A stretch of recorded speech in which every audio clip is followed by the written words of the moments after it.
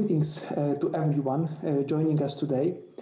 On behalf of the Pontifical University of St. Thomas Aquinas in Rome, I would like to welcome you to the 9th lecture of the John Paul II Lectures series organized in the academic year 2020-2021 by the St. John Paul II Institute of Culture, which is part of the Faculty of Philosophy here at the Angelicum. This lecture, as well as the entire series, could not have been possible without the support of our university authorities. Here, I would like to mention Father Michał Paluch, OP, Director of the Angelicum, Father Serge Thomas Bonino, OP, the Dean of the Faculty of Philosophy, and Father Ryszard Rybka, OP, the Director of the St. John Paul II Institute of Culture. I would like to thank to all three of them. Also, special thanks to the founders, donors, and supporters of the St. John Paul II Institute of Culture and all who join us online. We are looking forward to the day when we will be able to meet again in person. I think actually this day is actually coming. But for now, I would like to mention that the primary interest and goal of the St. John Paul II Institute of Culture is to look at the challenges facing the modern world, its culture, and the Church in the light of the life and thought of St. John Paul II. The idea of thinking together with John Paul II was embodied in the John Paul II Lectures series.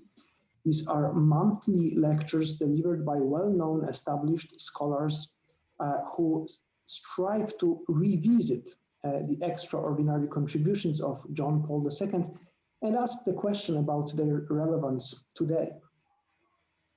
Last month, for the 8th John Paul II lecture, we had the honor of hosting Professor Remy Bragg, OP, who delivered a lecture on the contemporary relation of art and Christianity and the Christian idea of beauty and craftsmanship. The last lecture in the same series in this academic year will be delivered by Professor Dariusz Gawin, who works at the Polish Academy of Sciences. But now I am pleased to hand it over to Dariusz Karłowicz, the initiator of the John Paul II Lectures series, a philosopher and editor-in-chief of the Polish magazine Political Theology, and the president of St. Nicholas Foundation, a strategic partner of the Institute here in Rome. Dr. Karłowicz will say more about our today's special guest. Thank you. Thank you very much, Father Tabaczek. Good afternoon, dear friends. I'm honored to introduce to you Professor Renato Cristin, Italian philosopher, professor of philosophy at the University of Trieste. From 2003 to 2006, he was director of the Institute of Italian Culture in Berlin. His research is focused on Leibniz philosophy, philosophy of culture, phenomenology, and hermeneutics. He has published a lot of books in that number. In 1997, Europa è plurale, filosofia e politica per l'unità europea. In 2001, La rinascita dell'Europa, Husserl il destino dell'Occidente. In 2006, Technologien und Lebenswelten. And last book, no, not last book, in 2011, Apologia dell'Ego per una fenomenologia dell'identità, and the last book is I padroni del caos. The title of today's lecture is Formal Europe and Vital Europe, tradition as the ground of the identity. The Italian name is Europa Formale ed Europa Vitale, la tradizione come fondamento dell'identità. Professor Renato Cristin will focus on the dichotomy between the formal, purely institutional Europe and the vital Europe that directly express the history and existence of nations. Professor Christine will try to sketch a possibility of European thought that rejects the deceptive rhetoric of Euro bureaucracy and, on the other hand, regains nations as individual homelands belonging to the wider European community. Professor Christine, the floor is yours. Thank you. Grazie. Nel 101° anniversario della nascita di San Giovanni Paolo II, 18 maggio 1920, e nel primo anniversario della fondazione dell'Istituto di Cultura San Giovanni Paolo II presso la Pontificia Università Angelicum, sono particolarmente onorato di tenere questa relazione sul tema Europa e desidero ringraziare molto cordialmente il direttore dell'Istituto, professor padre Richard Rübker, per il suo gentile invito, così come il presidente della St. Nicholas Foundation, professor Dariusz Karłowicz, e il dottor padre Mariusz Tabacek per il gentile coordinamento di questa lezione. Molti secoli fa, e per un lunghissimo periodo, l'Europa è stata divisa fra un'Europa reale e un'Europa ideale. Da un lato l'Europa degli imperi, regni, nazioni, principati, dinastie, in costante conflitto fra essi, o tutt'al più in quell'equilibrio che rappresentava soltanto un'effimera pausa fra le guerre. Dall'altro lato, l'Europa unita e pacificata, sognata da grandi personalità della cultura, ma anche da qualche grande spirito della politica, come per esempio Carlo Magno, i quali guardavano al di là delle contingenze materiali e delle esigenze politiche per svelare una dimensione più profonda, una sfera potenziale in cui l'Europa si mostri in ciò che essa ha di essenziale, lo spirito, la cultura, in una parola, l'anima europea. In questo modo sarebbe venuto alla luce il fondamento originario dell'Europa, lo spirito europeo nascosto da interessi contingenti, ma sempre vivo e attivo. Nell'Europa reale, questo spirito era subordinato a esigenze nazionali o personali, che lo ponevano in una sorta di oblio. L'Europa della realtà, istituzionale e politica, occultava un'Europa impalpabile perché spirituale, ma concreta, sia perché rappresentava un progetto, una visione in grande stile, sia perché esprimeva il senso della tradizione. Non era solo un sogno bizzarro, ma la visione di una possibilità, che si contrapponeva alla realtà e che però non ne era totalmente opposta. L'Europa ideale non è dunque irreale, ma potenziale. Un'Europa in potenza, anche se non ancora in atto. E se, come insegnava la scolastica, l'essenza sta prima della cosa, allora la possibilità sta, come sostiene Heidegger, più in alto della realtà. E quindi l'Europa potenziale rappresenterebbe il grado superiore dell'essere europeo, il livello superiore della europeità. Questa Europa ideale era sorretta da una tensione dell'anima, ma non era una astrazione, non era un luogo immaginario, una finzione della mente, era un'aspirazione fondata sulla peculiare concretezza dello spirito. Nella molteplicità di forme che compongono questa Europa ideale o potenziale, spicca per intensità e pervasività la tradizione religiosa, che ha determinato l'Europa prima della sua articolazione politica e che ne ha accompagnato l'edificazione sociale. Questa tradizione, strettamente legata con i grandi stati nazionali e le loro dinastie, pur essendo stata al centro di numerose guerre di religione, ha esercitato talvolta una funzione unificatrice e più frequentemente una funzione di difesa, non solo dell'identità europea in astratto, ma dell'Europa nei suoi territori concreti. E, in alcune occasioni, ha esercitato questa funzione anche contrapponendosi alle lotte fratricide che per secoli hanno diviso gli stati e lacerato il continente.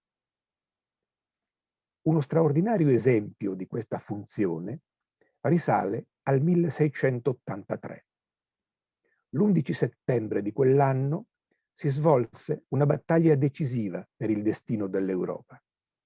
La battaglia per difendere Vienna, assediata dall'esercito ottomano, che fu sconfitto da una coalizione guidata dal re polacco Jan Sobieski, ma allestita su impulso del Vaticano e in particolare animata, nello spirito, da un frate cappuccino italiano, Marco da Aviano, il quale riuscì a infondere una speciale forza d'animo ai soldati dell'armata cristiana. Ciò che avvenne sul Kahlenberg e sulla pianura intorno a Vienna quell'11 settembre non fu infatti soltanto un fatto bellico, ma fu un evento metafisico e politico al tempo stesso. La rappresentazione della potenza dello spirito e della sua capacità di unire gli europei dinanzi a una minaccia mortale. Non è un caso che Marco da Aviano sia stato proclamato beato nel 2003 proprio da un altro grande difensore dello spirito europeo, Papa Giovanni Paolo II, a testimonianza del potere della fede e della libertà, ma anche a implicito suggello di quella alleanza fra Polonia e cristianità che aveva salvato l'Europa nel 1683. E dunque anche in questi intrecci sotterranei che scorre il senso profondo della identità e della tradizione europea, la quale, oltre alla dimensione religiosa, consiste nel retaggio dell'antichità e nel suo costante rinnovamento. Oggi non c'è un'opposizione fra Europa reale ed Europa ideale, identica a quella del passato, perché almeno la piaga delle guerre intraeuropee sembra essere stata sanata. Di fatto, da più di 70 anni non ci sono guerre sul continente, tranne alcune, certo sempre molto dolorose, ma abbastanza circoscritte, come quelle nella ex Jugoslavia e nell'area balcanica, o più di recente sul confine fra Ucraina e Russia. E tuttavia nell'ultimo secolo sono emerse altre spaccature. Nel Novecento, dopo le gigantesche lacerazioni causate dalle 2 guerre mondiali, ennesimo frutto velenoso di una conflittualità fra gli stati che veniva esacerbata anche dalla tossica azione delle ideologie e dei nazionalismi selvaggi, e dopo la sconfitta del nazionalsocialismo, che rappresentava un pericolo mortale per lo spirito europeo, l'Europa ha subito un'altra divisione. Una divisione fra un'Europa libera e un'Europa totalitaria. Una divisione che ha confinato più di 1/3 degli abitanti del continente in una sorta di grande prigione sovietica. Dal 1945, e per quasi 50 anni, l'Europa era tranciata in 2 dalla cortina di ferro, da una frattura particolarmente odiosa, che separava i popoli europei, i quali, nonostante le differenze, i particolarismi, i nazionalismi e perfino le guerre, desideravano per lo più convivere in modo pacifico e creativo, e che nella loro stragrande maggioranza, sia a ovest sia a est, rifiutavano l'ideologia comunista perché ne comprendevano, a est per di più facendone purtroppo esperienza diretta, l'essenza dittatoriale e criminale. La spaccatura qui mostrava un'Europa normale, la parte occidentale, liberal-democratica, e un'Europa distopica, la parte orientale, sottomessa dalla tirannia comunista. Nella prima area, sotto il profilo delle libertà e del rispetto dei diritti personali, i popoli trovavano una relativa coincidenza fra la loro coscienza storica e le istituzioni politiche e amministrative nazionali. Nella seconda parte, o nella seconda area, per meglio dire, cioè nella parte del continente dominata dai regimi filosovietici, i popoli erano schiacciati, staccati dalla loro identità storica e dalle loro tradizioni, da quella religiosa ebraico-cristiana in primo luogo. Negli anni della Guerra Fredda veniva spesso evocata la Chiesa del silenzio, con una espressione che esprimeva in effetti una tragica contraddizione. Se pensiamo che l'insegnamento fondamentale del cristianesimo e anche dell'ebraismo è dite ciò che avete visto perché la verità vi renderà liberi. Ridurre dunque la Chiesa al silenzio faceva parte della strategia comunista per cancellare le tracce della religione dalla coscienza delle persone. Perché distruggendo e disattivando la tradizione, l'ideologia marxista-leninista e i regimi che l'hanno messa in pratica volevano non solo interrompere la continuità storico-culturale tradizionale europea, ma anche annullare la sua forza creativa, nell'intento di costruire un mondo radicalmente diverso da quello occidentale e perfino nell'intento di produrre un nuovo uomo, quell'homo sovieticus che, come abbiamo visto, ha lasciato dietro di sé soltanto miseria e distruzione. Un uomo capace di sterminare oltre 100 milioni di persone in tutto il mondo, l'uomo del Gulag, analogo a quello nazionalsocialista del Lager. Anche quella divisione, relativamente breve dal punto di vista macrostorico, è stata superata. Ed è stata superata con il contributo decisivo di Papa Giovanni Paolo II, che mi piace immaginare come il Marco Daviano del XX secolo, il quale, Papa Giovanni Paolo II in questo caso, ha salvato l'Europa non dall'invasione islamica, ma dal flagello comunista. Fatte salve ovviamente le enormi differenze fra i due, che consistono nel fatto che San Giovanni Paolo II ha svolto un lavoro pluridecennale di portata epocale, che le armate comuniste erano infinitamente più forti di quella che assediava Vienna nel 1683, che egli ebbe potenti e leali alleati come Ronald Reagan o Helmut Kohl, e soprattutto che egli era non solo un grande uomo di fede, ma anche un grande teologo e filosofo, e una altrettanto grande personalità politica e morale, che ha segnato in modo indelebile l'ultimo quarto del XX secolo. La riunificazione delle due metà dell'Europa, la cui immagine simbolica più emotivamente efficace è rappresentata dall'abbattimento del muro di Berlino e nella conseguente riunificazione tedesca, è stata una pietra miliare nel lungo itinerario di lotta al totalitarismo comunista e ha suggellato un lungo percorso di pacificazione intraeuropea.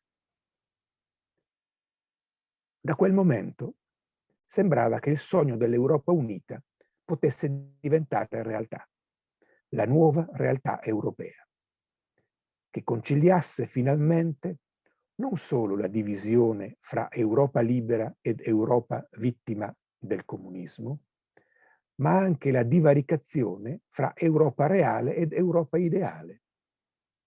Si profilava cioè quell'Europa a cui avevano lavorato Adenauer, Schuman, De Gasperi. l'Europa dell'integrazione fra i popoli e della collaborazione leale fra le nazioni.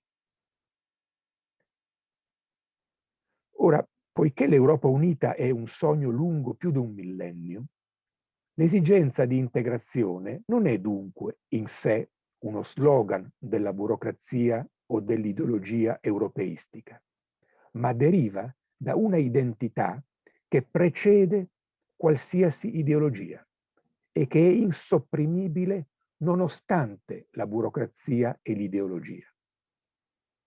Così concepita, allora, l'integrazione non è negativa, tutt'altro.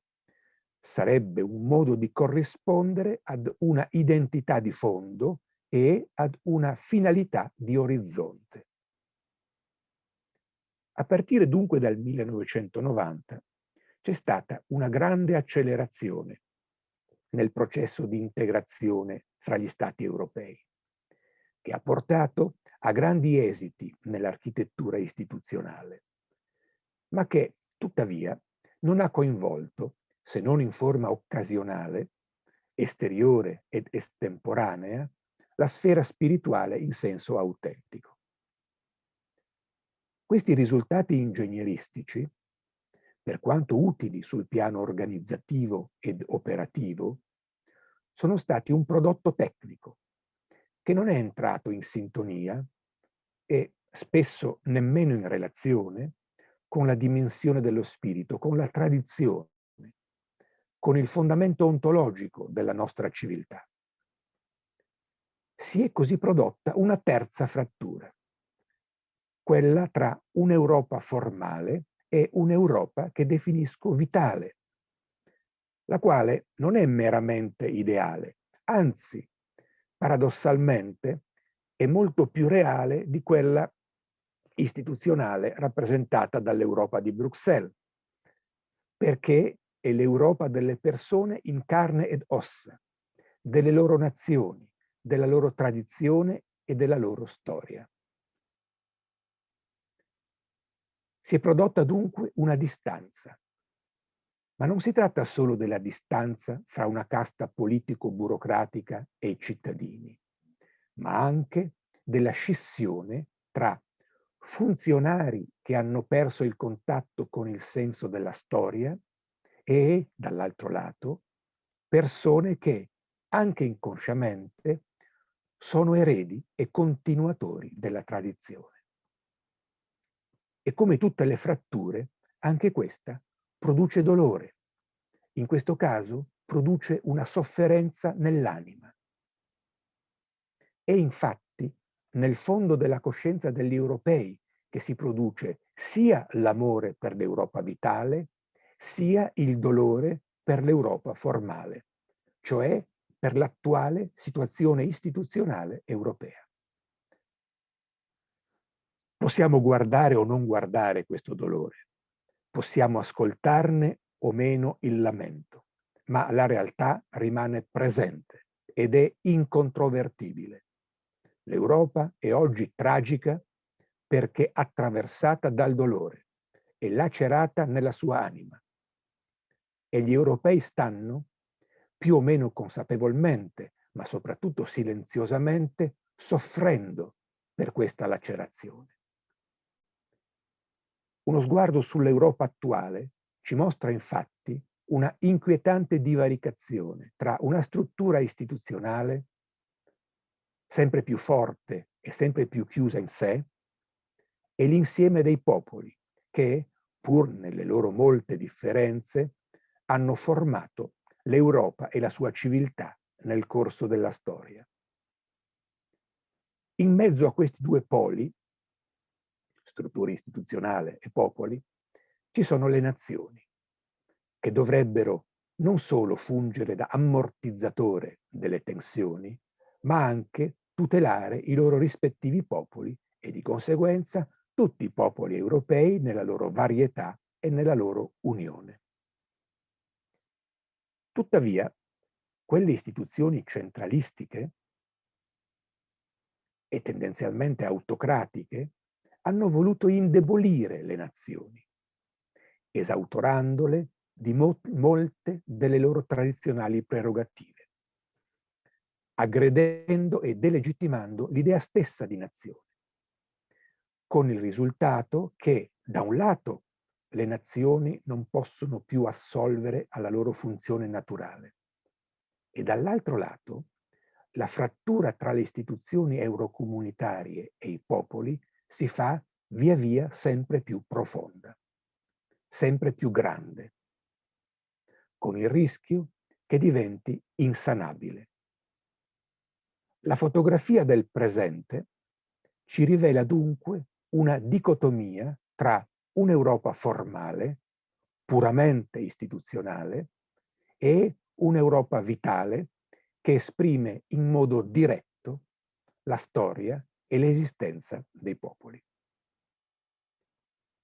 E poiché i popoli sono costituiti da cittadini, e poiché oggi i cittadini sono persone consapevoli dei loro diritti politici, l'Europa istituzionale dovrebbe avviare un grande processo di autocritica e porsi in collegamento diretto e stretto con i cittadini e con le loro nazioni.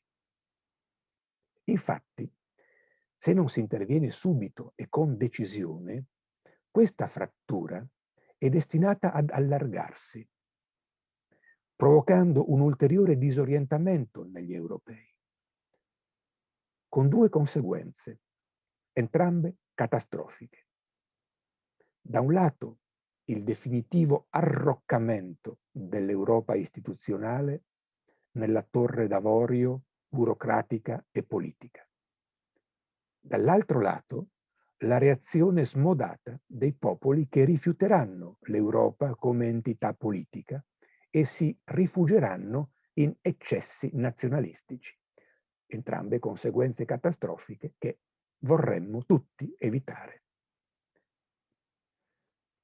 Ed è proprio per evitare questi due esiti che è necessario recuperare un nuovo pensiero europeo, che abbandoni la via del positivismo tecnocratico postmoderno e che, da un lato, rifiuti la retorica dell'europeismo con cui la euroburocrazia tenta di ingannare i popoli e dall'altro lato recuperi le nazioni in quanto singole patrie appartenenti alla più ampia patria europea, valorizzando lo spirito di queste nazioni senza cadere nel nazionalismo.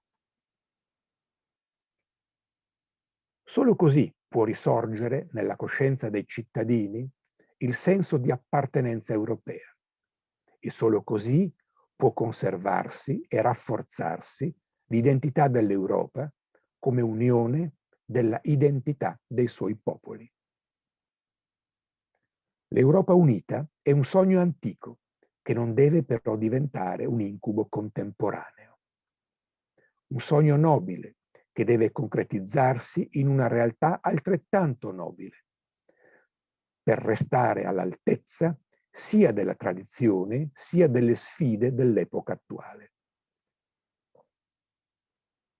Oggi, dopo il processo di integrazione che ha portato all'edificazione della grande struttura dell'Unione Europea, il continente continua dunque ad essere diviso. Da un taglio meno visibile ma non meno concreto che separa la coscienza dalla funzione.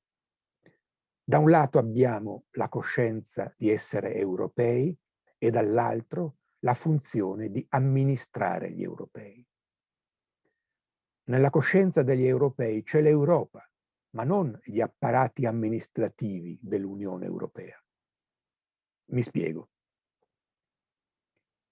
L'ordinamento istituzionale dell'Unione Europea è un passo necessario verso una migliore integrazione fra gli europei ed è uno strumento utile per regolare le importanti questioni di tipo soprattutto economico. Ma è altrettanto necessario e utile che gli europei sentano come proprie quelle istituzioni.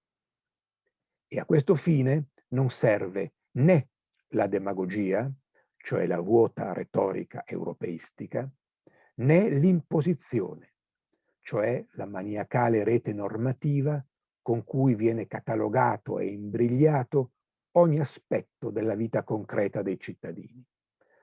Ma c'è invece bisogno di empatia e di riflessione, di coscienza dell'identità e rivitalizzazione della tradizione.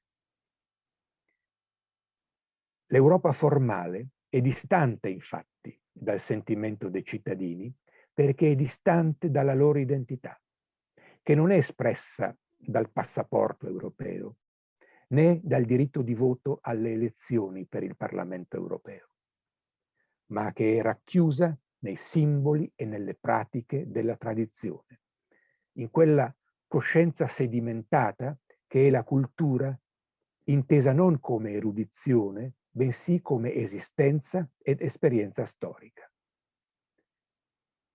L'Unione Europea ha sostituito il senso dell'essere europei con la pragmatica dell'amministrazione, che è diventata la forma dominante delle relazioni istituzionali, di tutte le relazioni sociali, civili, invadendo perfino quelle personali. La burocratizzazione è la realtà più evidente delle istituzioni europee, ma è anche la negazione dello spirito europeo. Certo, da questo stesso spirito sono sorte anche queste strutture di amministrazione statale, ma la mentalità burocratica è una deformazione che è dilagata solo con il Novecento, con l'affermarsi sia del totalitarismo, comunista e nazista, sia dello statalismo nelle democrazie liberali come una sorta di ipertrofia patologica della gestione e del controllo. Oggi la politica europea, di impronta burocratica, vorrebbe invadere perfino la coscienza delle persone. Ma la burocratizzazione delle coscienze è un ossimoro e quindi un'impresa impossibile, perché la coscienza non si lascia ridurre alla gestione amministrativa e quindi essa resterà sempre un territorio non completamente conquistabile. E così si produce la frattura di cui sto parlando. Ed è così che, pur in modo non pienamente consapevole, gli europei sentono come dolorosa questa frattura. L'Europa formale e l'Europa vitale sono due entità contrapposte. Sul piano fattuale, la prima è, potremmo dire, la legale rappresentante del nostro continente, del quale è appunto il volto istituzionale e ufficiale. Ma sul piano spirituale, l'Europa legale è solo il simulacro di quella vitale, che racchiude e conserva la tradizione vivente del continente stesso e che dall'Europa legale viene schiacciata, se non addirittura disintegrata. E poiché la tradizione non è soltanto una forza retrostante che dal passato infonde energia al presente, ma è anche la condizione di possibilità dell'avvenire, cioè la potenza che permette di progettare il futuro, neutralizzare o paralizzare la tradizione significa limitare le potenzialità del futuro. Significa asfissiare il progetto di vita di quell'intera comunità di destino che è l'Europa. L'Europa, diceva Romano Guardini nel 1946, dovrà essere cristiana o non esisterà mai più, perché se essa abbandona questo suo nucleo fondante, cito Guardini, ciò che ancora di essa rimane non ha molto più da significare. L'Europa, dice Guardini, è un'entelechia vivente, una figura spirituale operante. E poiché il suo nucleo pulsante religioso è il cristianesimo, senza quest'ultimo essa non sussisterà o si trasformerà in qualcos'altro. In un senso analogo, Novalis, alla fine del XVIII secolo, tracciava l'identità fra cristianità ed Europa. Ora, sulla scia di Papa Giovanni Paolo II e del movimento per la menzione della tradizione religiosa europea nel Trattato per la Costituzione europea, io parlo di radici ebraico-cristiane, di tradizione ebraico-cristiana. Ma il senso del discorso rimane il medesimo. Staccata dalla tradizione culturale e spirituale, una struttura istituzionale si inaridisce e può sopravvivere soltanto come forma inanimata, come puro costrutto tecnico. Appunto il caso di questo trattato, siglato nel 2004, è un ottimo esempio della dissociazione, quasi patologica, fra le due Europe. Era fin dall'inizio una carta costituzionale anomala. Infatti mancava la nazione concreta e lo Stato a cui tale carta doveva riferirsi.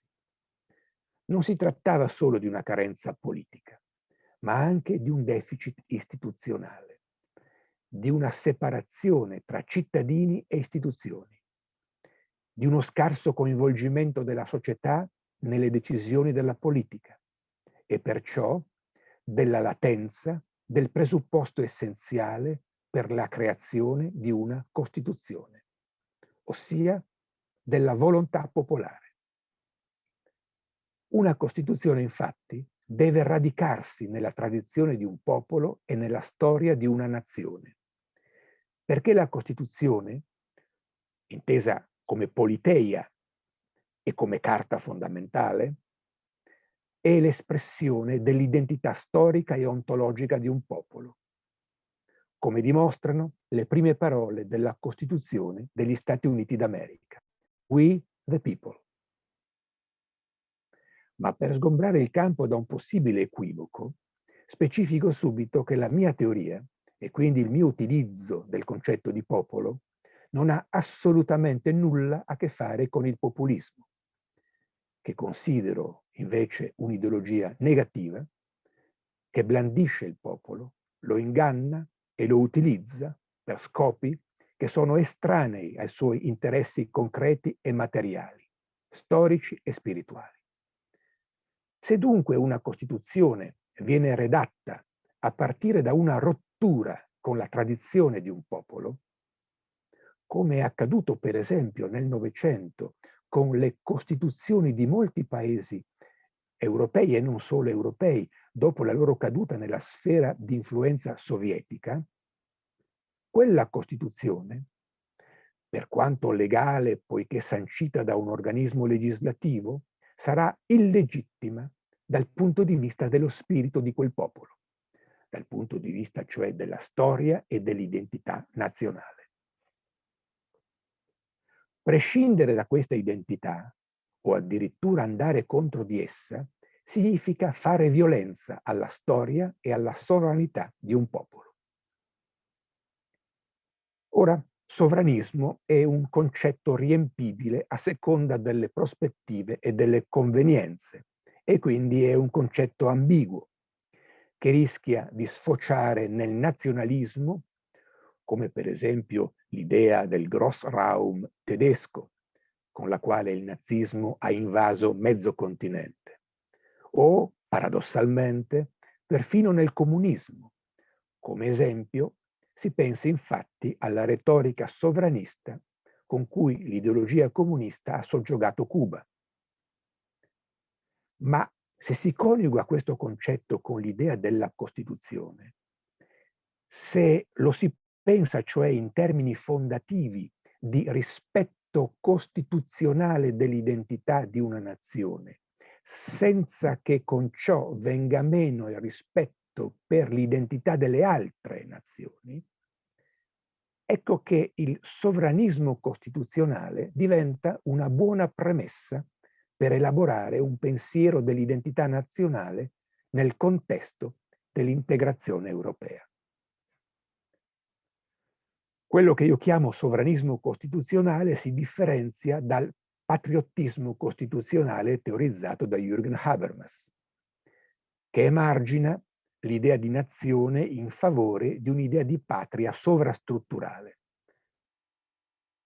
Se, dice Habermas, la concezione del popolo come identità culturale e in varia misura anche etnica è prepolitica, bisogna superarla in direzione di una visione di patria esclusivamente politica e quindi anche multiculturale.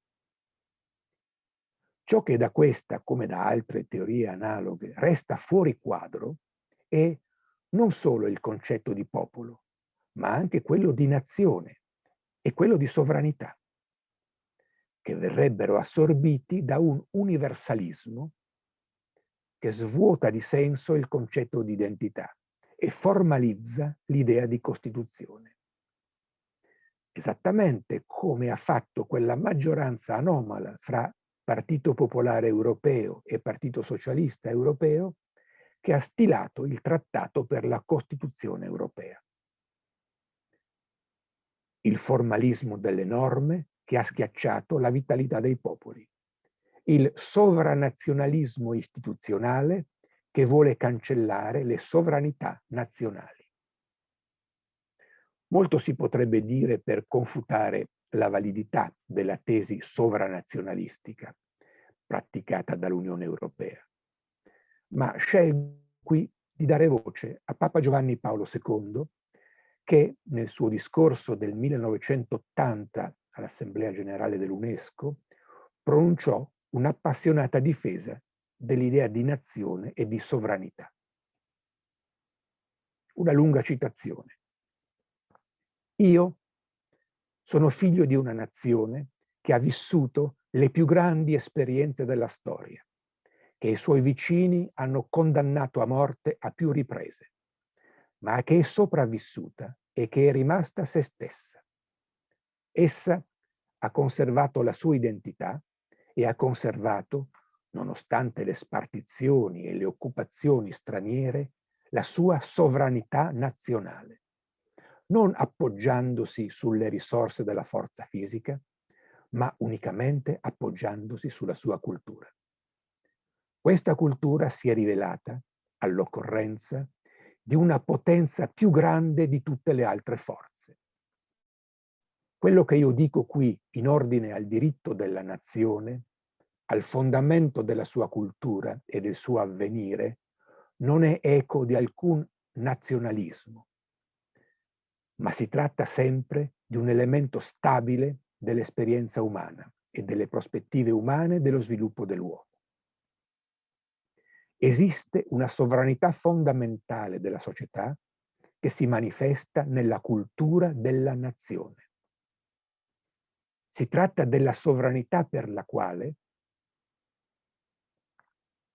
al tempo stesso, l'uomo è supremamente sovrano.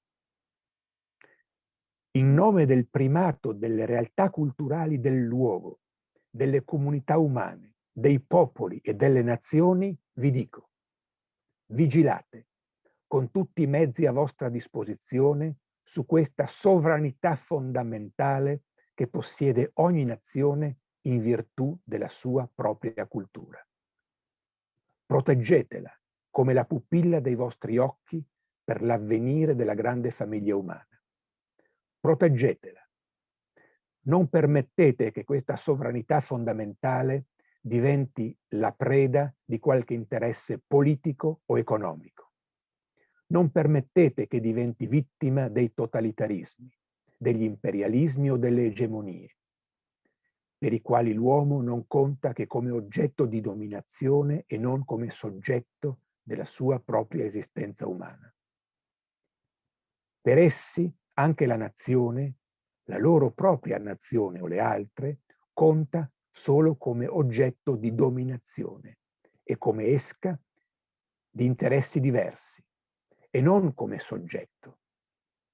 Il soggetto della sovranità che proviene dalla cultura autentica che le appartiene in proprio. Fine della lunga citazione. Qui il grande Papa polacco si erge a custode dell'idea di nazione e dell'amor di patria e a mentore della sovranità. L'idea di patria trova in lui una legittimazione superiore, che risulta fondamentale per chi oggi voglia riflettere su questo nodo sempre più complesso e sempre più scottante del dibattito politico e culturale europeo. Se è vero infatti, come egli affermava già 20 anni fa, che i paesi europei, cito, si trovano oggi in uno stadio di post-identità, fine della citazione, bisogna interrogarsi a fondo sul senso e sullo sviluppo storico di questa drammatica condizione post-identitaria oggi dominante. Spogliata dalle opposte mistificazioni ideologiche del cosmopolitismo e del nazionalismo, l'identità è il patrimonio più autentico a cui l'Europa oggi dovrebbe attingere. Identità significa anche memoria, coscienza di sé e capacità di agire, perché essa permette di percorrere a ritroso la propria storia, di avere una conoscenza di sé attraverso la scoperta e la cura delle proprie radici. Ed è di questo che oggi l'Europa ha bisogno, come mai prima d'ora, perché la sua struttura è iperburocratica ed ipospirituale. Perfettamente consapevole di questa necessità era Papa Giovanni Paolo II, il quale, guardando all'Europa, non vedeva solo strutture politiche e amministrative, ma soprattutto profili spirituali, i lineamenti dell'anima europea. E proprio perciò fece uno sforzo straordinario, non coronato da successo immediato, ma che avrebbe mostrato in seguito tutta la sua preveggenza, per includere la menzione delle radici religiose ebraico-cristiane nel trattato costituzionale. Perché egli sapeva che senza quella menzione esplicita il progetto europeo sarebbe stato destinato al fallimento. Egli sapeva che qualsiasi costruzione sociale che si prefigga esiti duraturi e scopi generali deve fondarsi sui cardini della sua fede religiosa. Naturalmente, se quest'ultima è, come la religione ebraico-cristiana, separata dal corpo istituzionale laico e rispettosa delle sue decisioni. La stessa tesi, infatti, se applicata ad una religione come per esempio quella islamica, che assorbe in sé lo Stato, produce effetti integralisti che vanno nella direzione opposta a quella della libertà. I fautori dell'europeismo come centralismo politico-burocratico sono invece fermi sostenitori della post-identità e di qualsiasi teoria che possa valorizzarla. Perché il concetto di post-identità è la chiave non solo per scardinare i principi e i valori delle singole identità nazionali, ma anche per preparare l'Europa a quella grande trasformazione che essi hanno in mente, cioè alla sostituzione progressiva della concreta identità tradizionale europea con le formali teorie dei diritti umani diventate dogmi politicamente corretti. Anche qui, nel contesto dell'idea di nazione, vedete, ricompare la scissione tra piano formale e piano vitale. L'Unione Europea come sovrastato formale e le singole nazioni come nuclei vitali. Il superamento sovranazionale delle identità nazionali è un progetto che va direttamente sia contro le nazioni, sia contro l'Europa come continente. Una prospettiva che distrugge la coscienza nazionale, disgregando anche quella europea. Perché annullando la coscienza della nazione fa scomparire anche l'amore per la patria. Non vi è patria europea senza le patrie dei singoli popoli. Papa Wojtyła è stato chiaro nel difendere il diritto delle nazioni, perché la sua visione antropologica ecumenico-evangelica non prescinde dalla struttura umana sociale, da quel fondamento originario, connaturato con l'uomo stesso, che si esprime nella coscienza della nazione come forma istituzionale dell'amor di patria. Papa Wojtyła è stato un grande filosofo fenomenologo. E in questo senso, in quanto fenomenologo, ha posto l'accento proprio esattamente sulla nozione di vita, sulla nozione di esperienza vivente. In questo quadro di lacerazione, negli ultimi anni si è acuita la distinzione tra europeisti ed euroscettici. Più Europa, dicono gli europeisti di facciata, intendendo più concentrazione del potere nelle mani della struttura politico-burocratica di Bruxelles. Meno Europa, dicono gli euroscettici, intendendo meno ingerenza di quella struttura di integrazione forzata. Alla tesi euroscettica io aggiungo però più Europa, intendendo più coscienza dell'identità europea e meno meccanicismo funzionale delle istituzioni, più pensiero e meno positivismo. Oggi, declinata nella visione amministrativo-tecnocratica delle istituzioni eurocomunitarie, la cultura è diventata un'attrazione da parco dei divertimenti, uno strumento per vantaggi politici elettorali immediati, mentre invece la cultura deve essere un fine in sé e non un mezzo per altri scopi. E in ogni caso è e resta l'anima che permette alle istituzioni di prosperare. Se rispetta quest'anima, ogni istituzione, anche la più fredda e più tecnica, può essere virtuosa. Un esempio: quando nel 1715, dopo che la guerra di successione spagnola aveva lasciato una lunga scia di sangue su tutto il continente, Leibniz, il filosofo tedesco Leibniz, elabora un progetto di Costituzione europea per garantire la pace fra le nazioni. Ma poiché è consapevole che le leggi e i trattati possono essere infranti, introduce in quel progetto, con una preveggenza che solo i grandi pensatori possiedono, un fattore di stabilità, un elemento di garanzia pacifica che unisca l'obbligatorietà della legge e la forza delle armi. Vale a dire l'istituzione di una Banca d'Europa, così la chiama Leibniz, Banca d'Europa, in cui gli interessi economici non sarebbero più causa di conflitti, ma incentivo alla cooperazione. Leibniz ritiene infatti che la via economico-monetaria sia la migliore garanzia di pace. Scriveva Leibniz, cito: «È proprio a tale scopo che la più grande banca d'Europa sarebbe nelle mani del Consiglio generale e che i principi, ciascuno in proporzione, avrebbero milioni depositati nella banca, che vi rimarrebbero tanto al sicuro quanto nei loro forzieri e da cui potrebbero anche ricavare qualche interesse. Il loro denaro non resterebbe affatto ozioso e ciò rappresenterebbe una specie di cauzione borghese». Fine della citazione.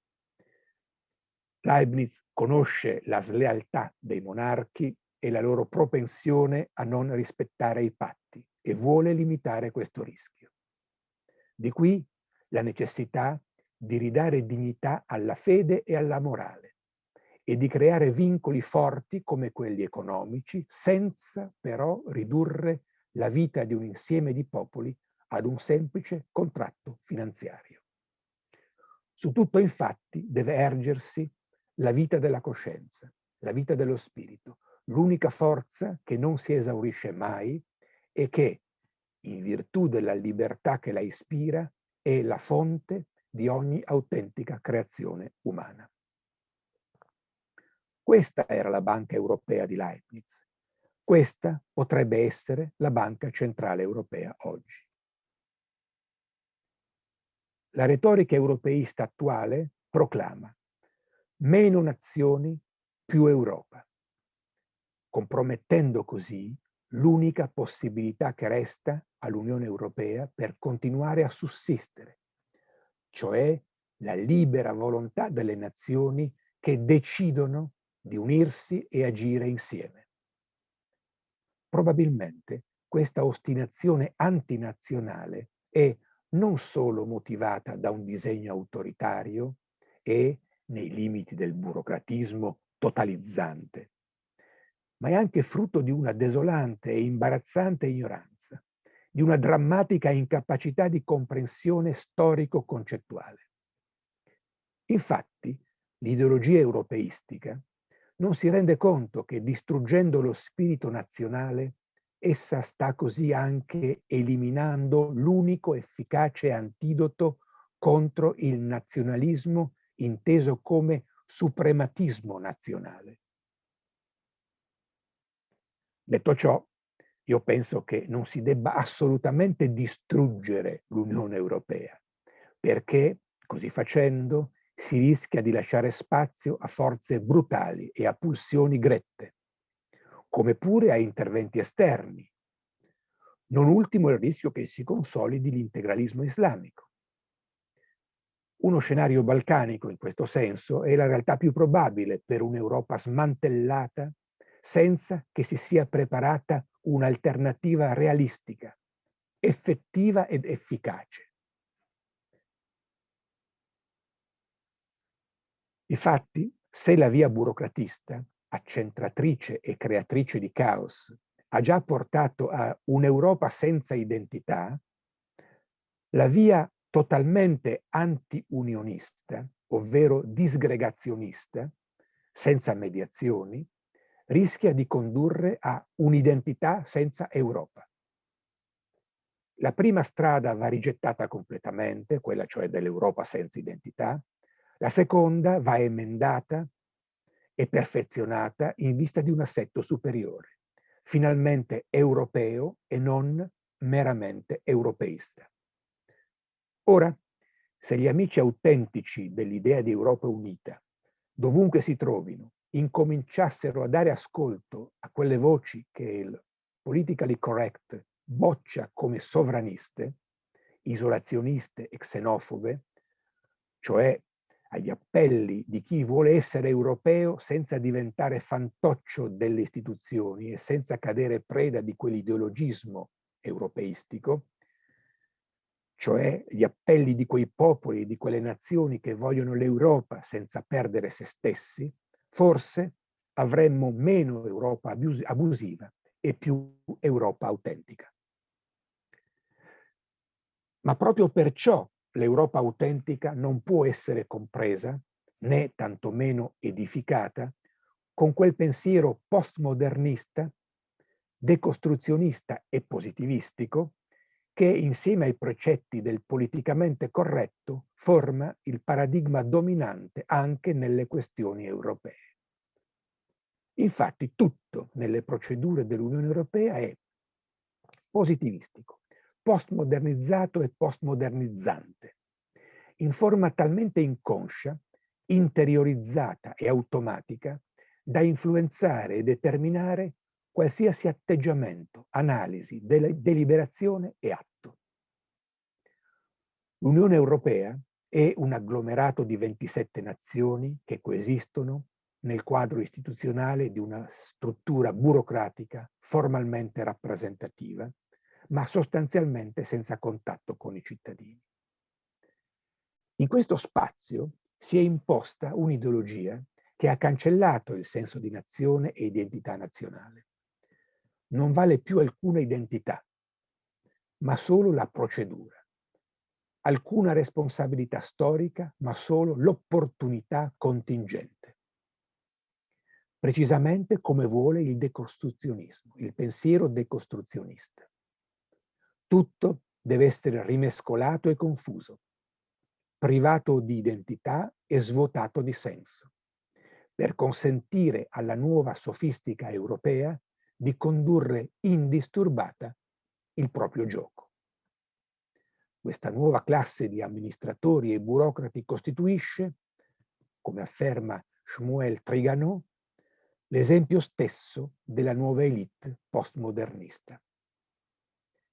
Ecco, questa è la saldatura ideologico-politica su cui si regge l'istituzione eurocomunitaria oggi. Io contrappongo dunque un'Europa formale o ufficiale a un'Europa vitale non allo scopo di distruggere la prima, ma per collegarla con la seconda e, più ancora, per vincolarla ad essa, in un patto storico-culturale che è incomparabilmente più solido di qualsiasi trattato e di qualsiasi carta costituzionale. Ed è di questa rinnovata alleanza fra elite e popoli, fra istituzioni e nazioni che c'è oggi bisogno. Invece assistiamo per lo più a vuote esibizioni retoriche, come nel caso della formula che ho citato poco fa, più Europa. La si sente in ogni occasione, pronunciata con la sacralità di un comandamento o con l'arroganza di una minaccia, a seconda delle circostanze e delle convenienze. Più Europa è la medicina per ogni malanno, la soluzione per ogni problema. La disoccupazione aumenta, più Europa la farà diminuire. L'immigrazione viene rifiutata dai popoli, più Europa gliela farà accettare. Il centralismo burocratico allontana i cittadini dalle istituzioni europee, più Europa li farà avvicinare. La pandemia ferisce e uccide le persone, danneggia e distrugge l'economia, più Europa ci farà superare l'emergenza sanitaria. Con questa formula si spacciano scopi ideologici e strumentali per ideali della civiltà europea. In questo modo si rischia di distruggere un bene immateriale che si era forgiato e radicato nel corso dei secoli, che rischia ora di scomparire a causa di un micidiale impasto fra opportunismo politico e sciatteria spirituale. Si è disgregata la certezza degli europei nella loro identità e demolito la fiducia che, nonostante tutti i conflitti, essi avevano nella loro patria continentale. Più Europa dunque, se per Europa si intende la struttura burocratico-tecnicistica, certamente no. Ma se con questa parola, abusata e tuttavia sempre nobile, intendiamo quella bimillenaria storia dello spirito che, frazionandosi in molti popoli, ha generato l'identità generale del continente e quella particolare delle sue nazioni, allora sì, ne abbiamo bisogno. Rovesciata di segno e trasformata di senso, questa espressione servirebbe per affermare il contrario di ciò che essa oggi designa, per recuperare cioè il valore identitario dell'europeità, dell'esistenza storica e concreta dei nostri popoli. Così, con tutt'altra accezione, più Europa indica un obiettivo che tutti gli europei, in quanto portatori di un'identità nazionale e appunto continentale, condividono. Rinvigorire fonti originarie e obliate, riconquistare l'orgoglio della nostra storia, riaffermarne i valori e ricalibrare la prassi per difenderli. Non la disintegrazione dell'Unione Europea, ma al contrario la sua ricostituzione su basi più nobili e più solide, la sua concreta rigenerazione. Mi avvio a concludere presentandovi due esempi di vuoto formalismo nell'epoca attuale segnata dall'epidemia da coronavirus. Uno relativo all'ambito socio-economico, l'altro all'ambito socio-sanitario.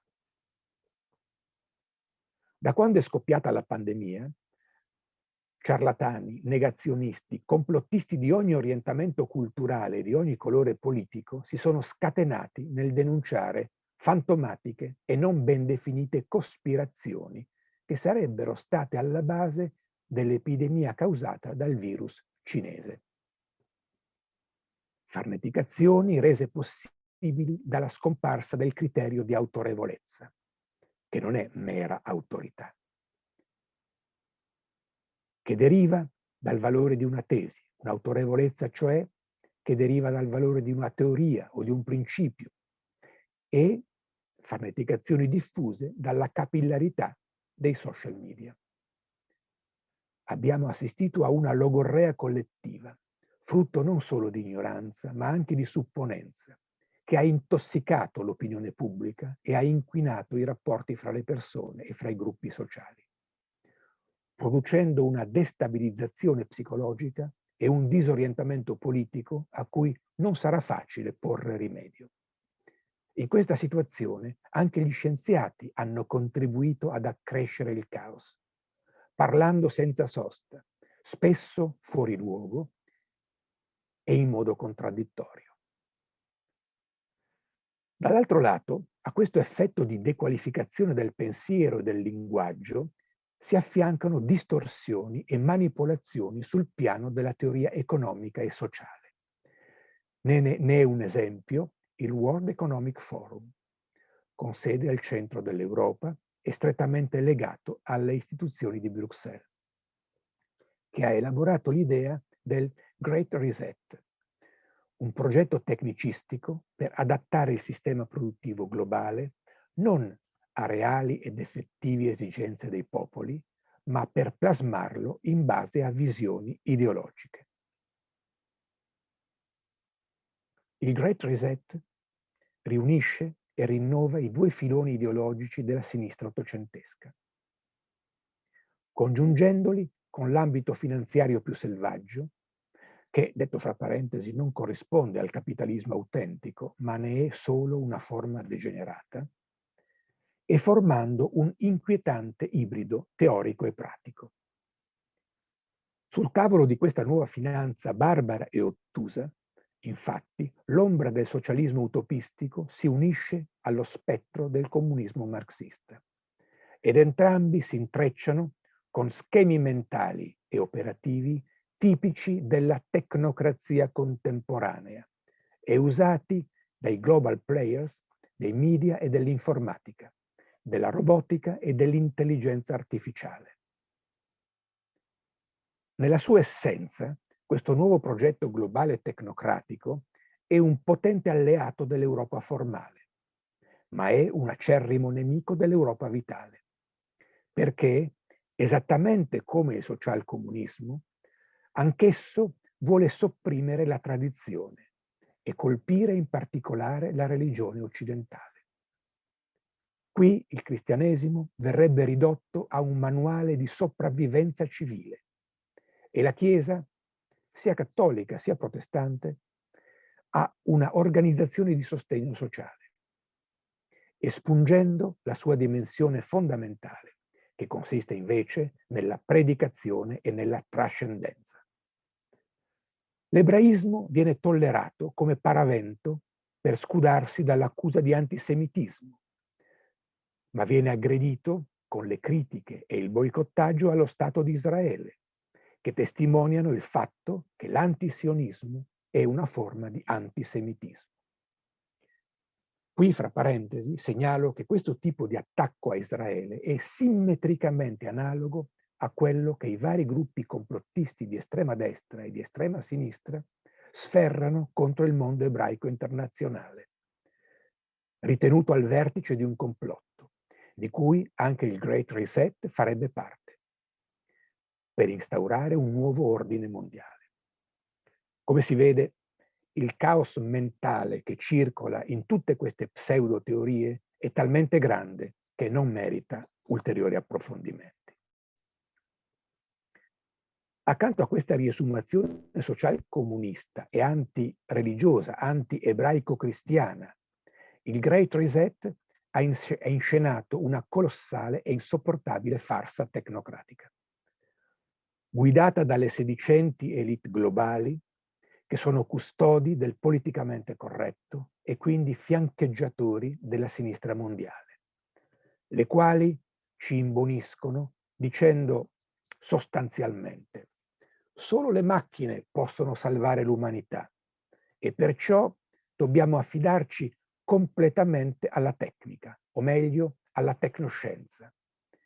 che sostituirà l'uomo non solo nelle operazioni meccaniche, ma anche in quelle superiori, in quelle più sofisticate, fino a sostituirne il pensiero e quindi fino a sostituirne la coscienza.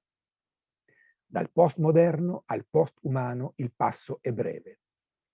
Ecco, questa è la via che progetti globali di questo tipo ci indicano. L'esatto opposto di ciò che pensava Martin Heidegger e che per fortuna molti di noi ancora pensano. Quando, proprio in riferimento alla tecnica e ai suoi pericoli, egli diceva: ormai solo un Dio può salvarci. Nur noch ein Gott kann uns retten. Se nel caso del Great Reset spicca la dissoluzione della tradizione religiosa ebraico-cristiana in una nuova religione della tecnica, e religione è un termine naturalmente improprio, nel caso della pandemia spicca la burocratizzazione che paralizza le risposte sanitarie, sia istituzionali sia individuali. Si osserva infatti come è stata trattata dalle istituzioni europee la crisi sanitaria provocata dal virus cinese. Senza giudicare né la tesi della vaccinazione né quella opposta, per entrambe e di fronte a entrambe io sostengo che debba valere semplicemente il principio fondamentale che garantisca la libertà di cura, ovvero la libera scelta personale di come curarsi. Ora, ripeto, senza giudicare né la tesi della vaccinazione né quella opposta, mi limito a constatare che mentre gli Stati Uniti, Israele e Inghilterra, dopo aver deciso che la risposta più efficace nel breve periodo per limitare il più possibile il numero delle vittime, per non distruggere gli apparati produttivi e l'economia in generale e per non provocare una pericolosa entropia sociale, era la vaccinazione di massa, hanno agito in modo rapido ed efficace, seguendo i principi della libertà di iniziativa e senza i freni della burocrazia, e lasciando la libertà di cura, peraltro, producendo vaccini e procurando in tempi rapidissimi le dosi necessarie per mettere in sicurezza la popolazione e per far ripartire non solo la macchina dell'economia, ma anche una positiva dinamica psicosociale. L'Unione Europea, invece, si è mossa con i modi e i tempi tipici della burocrazia, con lentezza e con farraginosità, emettendo normative astruse e imponendo regole astratte, prescrizioni e restrizioni. Anche in questo caso, secondo la mia interpretazione, il formalismo tecnico ha sostituito la tradizione vivente, perché i governanti europei hanno scelto, ancora una volta, la strada dell'accentramento, tralasciando quella che invece è la via maestra tradizionale nelle questioni sociali e gestionali, cioè la via della sussidiarietà, grazie alla quale un organismo di livello gerarchico superiore si sostituisce ad uno di livello inferiore soltanto quando quest'ultimo non riesca a compiere gli atti che gli competono. E viceversa. Gli organismi di livello gerarchico inferiore possono operare legittimamente e quindi liberamente in tutti gli ambiti e per tutti i problemi posti nel loro livello di competenza, fino ad arrivare alla libertà decisionale della famiglia come nucleo originario delle comunità e a quella delle singole persone come nucleo originario della coscienza. In questa chiave ritengo che l'idea e la conseguente pratica della sussidiarietà sia il segno forse più significativo della feconda unione fra conservatorismo e liberalismo che ha caratterizzato, seppur talvolta in modo sotterraneo e discontinuo, il pensiero antitotalitario e antistatalista dell'Europa novecentesca. La sussidiarietà è da più di un secolo il concetto fondamentale della dottrina sociale della Chiesa, fondata appunto nel 1891 dall'enciclica Rerum Novarum di Papa Leone XIII e fissata poi dalle encicliche Laborem Exercens dell'81 e Centesimus Annus del 91 di Papa Giovanni Paolo II. E quindi rappresenta una delle espressioni più autorevoli della tradizione europea in campo economico-sociale. E poiché la sussidiarietà nasce dall'idea di libertà, l'Unione Europea avrebbe dovuto semplicemente, sia pure entro i limiti imposti da una situazione eccezionale come la pandemia, permettere e praticare la libertà, dal piano individuale fino al livello sociale più alto. Invece, ancora una volta, la burocrazia, forma amministrativa del pensiero positivistico, ha affossato la tradizione, disattivando la coscienza storica e il suo pensiero vivente. Quasi un secolo fa, nel 1930, José Ortega y Gasset avvertiva: l'Europa sta decadendo a causa della massificazione delle coscienze. Questa decadenza è legata alla progressiva burocratizzazione della vita e la burocratizzazione è il volto della statalizzazione della società. In discussione non è l'idea di Stato e nemmeno certamente lo Stato virtuoso, ma lo Stato inteso come deformazione prodotta da un'ideologia statalista, il quale può diventare il peggiore nemico della società, delle comunità, delle persone. Da mezzo per conseguire risultati positivi per lo sviluppo della società come insieme di individui, di nuclei familiari, di comunità, di ordini professionali e di gruppi di interesse, lo Stato diventa un fine e le persone diventano il mezzo per assicurare questo fine. Lo Stato non è più al servizio dei cittadini, ma le persone sono al servizio dello Stato. Così, quando l'Europa formale, cioè l'Unione Europea con le sue strutture istituzionali, ha voluto diventare un superstato, si è prodotto quel meccanismo per cui i cittadini, i popoli e le stesse nazioni d'Europa sono al servizio del superstato europeo, il cui fine non è più l'Europa vitale o ideale, come unica condizione di possibilità dell'esistenza dei cittadini europei, ma è lo Stato stesso. Da fine, l'Europa diventa mezzo per rafforzare questo Stato sempre più estraneo e distante dai cittadini. Mi avvio alla conclusione. Solo la memoria permette alle radici di continuare ad essere vive, perché la memoria consente di trasmettere l'identità attraverso le generazioni. E poiché una radice morta è un fossile, un mero reperto archeologico, l'identità europea va sempre rivitalizzata. E poiché essa è in sé plurale, possiamo parlare di una interidentità dell'Europa. Una identità alla quale partecipano diverse forme di identificazione, tutte però strette da un'essenza comune, consistente in una istituzione originaria di senso che è la base di tutte le affinità culturali e religiose, politiche e giuridiche tra i popoli europei. Si tratta di uno spazio originario, di uno spazio metafisico da cui sono sorte in una infinità di diramazioni tutte le strutture della nostra civiltà. Ma identità significa anche trascendenza, progetto, libertà. Qui l'identità si coniuga con la verità, con la consapevolezza di sé che deriva dalla ricerca della verità, da quella tensione verso l'altro e verso l'oltre, verso ciò che costituisce i limiti del proprio essere e che al tempo stesso gli conferisce i criteri del proprio agire. E quindi, poiché l'Europa vitale è l'espressione dei popoli del continente, e poiché i popoli possono continuare a vivere solo se sopravvive la loro tradizione nazionale e continentale, l'Europa in quanto tale potrà vivere e progredire solo se ridiventerà patrimonio dei suoi popoli, se verrà sentita come patria europea, se continuerà a fondarsi sulle sue nazioni, sulla sua tradizione, sui suoi valori originari e sui suoi principi autentici e fondativi, rivitalizzandoli e così rigenerando se stessa.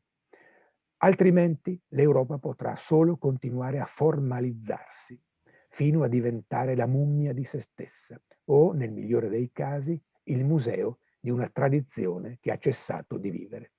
Grazie.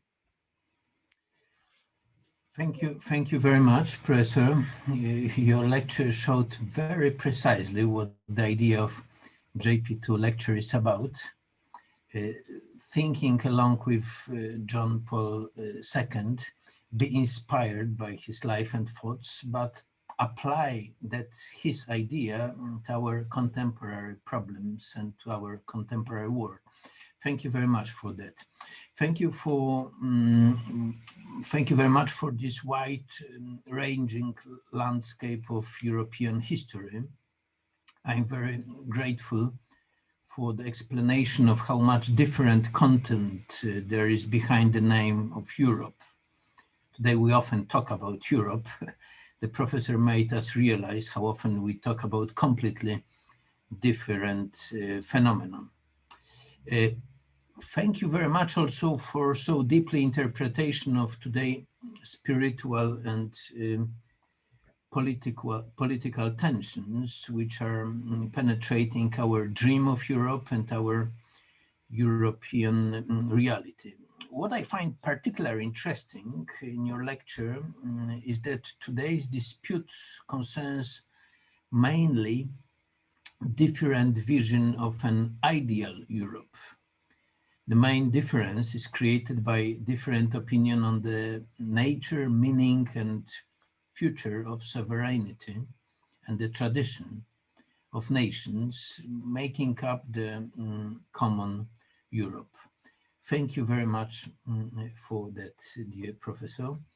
I would like also to thank to our audience, and I would like to invite you for the next and last and in that academic year lecture from the JP2 lecture series, which will be delivered by Professor Dariusz Gawin under the name Phenomenon of Solidarity. The lecture will take place on June 10th.